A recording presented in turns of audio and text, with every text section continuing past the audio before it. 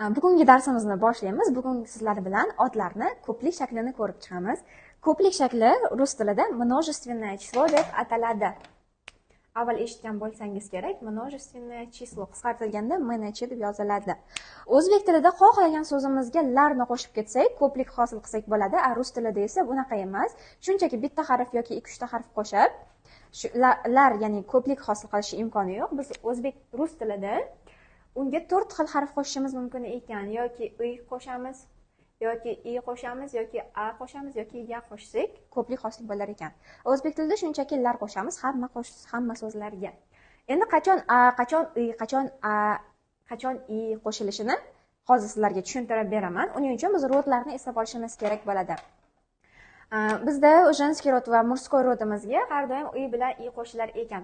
Faqat uni qaysi harfga tugashiga e'tibor berishimiz kerak. Agar so'zimiz undosh harfga tugasa, ya'ni согласная bukvaga tugasa, biz unga i qo'shar ekanmiz. Lekin agar g, k, h, ch, sh, j, sh larga tugasa, agar so'zlarimiz mana shu undosh harflarga tugasa, biz ularga i qo'shishimiz kerak bo'lar ekan. Masalan, misol keltiramiz. Divan bu birlikda. Divany ko'plikda.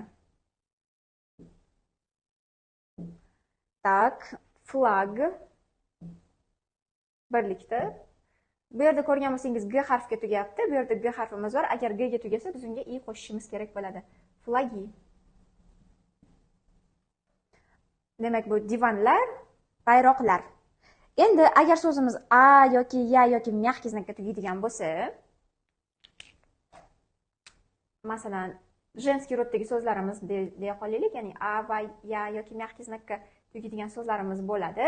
Bu so'zlardan biz bularni olib tashlashimiz kerak. A, ya, mягкий znakni olib tashlashimiz kerak oxirida kelgan va undan keyin agar mana shu g, k, h, ch, sh, j lar bo'lmasa, ularga ham i yoki i qo'shamiz. Agar bu yerda ham g, k, h, ch, sh, sh, j lar bo'lsa, ularga ham i qo'shamiz. Bu harflarni olib tashlaganimizda bundan oldingi turgan harflar. Shular bo'lsa, ularga i qo'shamiz. Agar bulardan boshqa harflar bo'ladigan bo'lsa, ularga i qo'shamiz. Masalan, kniga so'zini oladigan bo'lsak, kniga. Ani olib tashladik, undan oldin g turibdi. G esa bu yerda bor, demak, bunga biz i qo'shamiz. Knigi bo'ladi, kitoblar. Marker so'zini oladigan bo'lsak, marker r ga tugayapti, u согласный bukvaga tugayapti. Mayli, doska so'zini olamiz. Doska. Ani olib tashladik, undan oldin k turibdi. K esa bu yerda bor. Demak, i qo'shamiz. Doski. Tak. Учитель. Нет. Учитель istisnoida. Так. Женский rodga so'z aytib olayim bironta. Да. A, ya yoki mягкий znakka tugaygan so'zlar.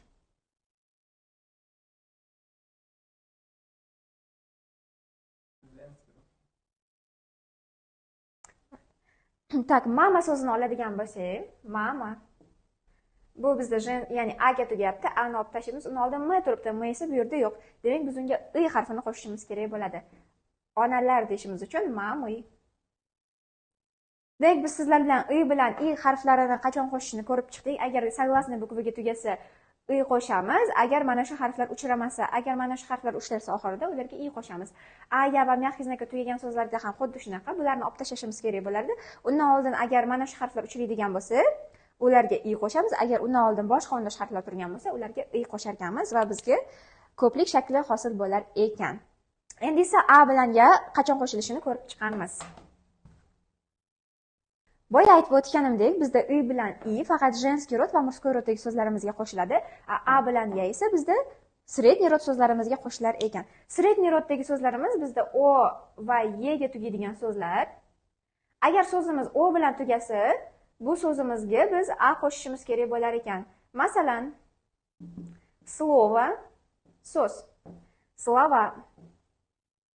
Bunga o ni olib tashlab a ni qo'shamiz. Slova bo'ladi. So'zlar. Okno so'zini oladigan bo'lsak, okno, oyna, deraza, o ni olib tashlaymiz va a ni qo'shamiz, okna. oynalar, derazalar bo'ladi bizda. Yana a ga tugayapti deb, agar okna degan so'z yoki slova degan so'z tursa a ga tugayapti, женский rod deb o'ylab qolmaydi. Buni biz birlik holatiga keltirib ko'rishimiz kerak bo'ladi, rodini aniqlash uchun. Birlik holatida esa slovo yoki okno bo'ladi. Adashib ketmaymiz bu joyda. Endi ya, agar so'zimiz y ga tugasa, biz unga ya harfini qo'shishimiz kerak bo'ladi. Masalan, more, dengizlar deyishimiz uchun Marya. Ya'ni yeni olib tashlaymiz, ya qo'shamiz, Marya bo'ladi. Bu rodlarimizda har bir qo'shimcha qo'shishda, ya'ni har xil so'zlarda istisno holatlari bor.